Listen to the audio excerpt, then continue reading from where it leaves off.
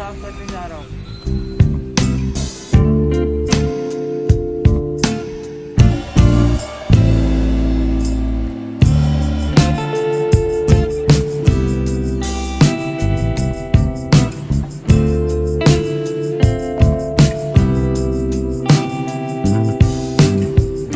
नेताजी सुभाष चंद्र बोस ने भारत के स्वाधीनता संग्राम में काफ़ी बड़ा रोल अदा किया है।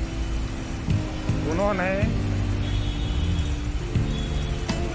नारा दिया था, तुम मुझे खून दो मैं तुम्हें आज़ादी दूंगा।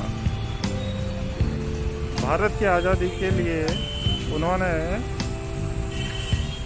आज़ाद हिंद फौज की स्थापना की थी। जापान के सहयोग से उन्होंने अंग्रेज़ों के साथ में युद्ध लड़ा था। नेताजी सुभाष चंद्र बोस का भारत की आज़ादी में काफ़ी बड़ा योगदान रहा है। देश उन्हें उनकी सेवाओं के लिए हमेशा याद करता रहता है और हमेशा ऋणी रहेगा। जय हिंद।